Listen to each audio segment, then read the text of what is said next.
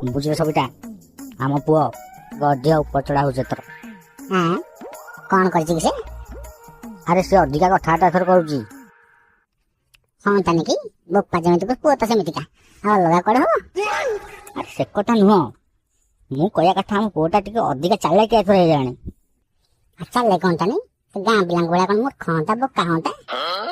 ଆରେ ନାଇଁ ସେ କଥା ମୁଁ କହୁନି, ମୋ କଥାଟା ବୁଝିବାକୁ ଚେଷ୍ଟା କର। ସିଏ ଏବେ ଭାରି କୁଲୁ କୁଲୁ କୁଲୁ କୁଲୁ ହଉଛି। ସେ କଲେଜ ଆଡେ ଅନେଇକି ଭାରି କୁଲୁ କୁଲୁ ହଉଛି ଏଥର। କଲେଜ ଆଡେ ଅନଉଛି? କଲେଜ ଆଡେ ଅନେଇ ତ କଣ ହେଲା, ତାର ମନ ହବନି କଲେଜ ଯିବାକୁ, ସେଥିପାଇଁ କଲେଜ ଆଡେ ଅନଉଥିବ। ତୁ ମା ମୋର ବଜାଟ ମାଇକିନା, ମୁଁ କଦଳୀଟା କହୁଛି ତୁ କାନ୍ଦିଟା ବୁଝୁଛୁ। ଆରେ ମୁଁ କହୁଛି ସେ କଲେଜ ଆଡେ ଅନେଇକି କଲକଲ ସଲସଲ ହଉଛି, ଝିଅ ମାନଙ୍କୁ ଖାଲି ଅନଉଛି। ଗୋଟେ ଝିଅକୁ ସେ ବେଗ ଆଗର ଝିଅକୁ ଲାଇନ୍ ମାରୁଛି।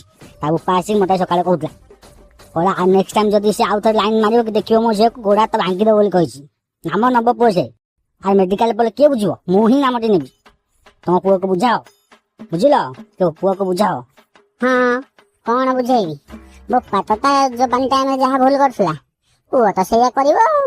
କଣ ତାମାନେ କଣ କହୁଛ? ମୁଁ ସେଇ ଟାଇମରେ ସେମିତି କରୁଥିଲି? ଆଉ ତମକୁ ତ ମୁଁ ଭଲ ପାଇକି ମ୍ୟାରେଜ କରିଥିଲି। ଆଉ ଭଲ ପାଇଥିଲ, କେତେ ଅନେଇଥିଲ ମୁଁ ଜାଣିନି। ଛାଡ ସେ କଥା, ହେଲେ ପୁଅକୁ ଟିକେ ଜଗ, ଭୁଲ ଭାଲ କାମ ନ କରିବ ହେଲା।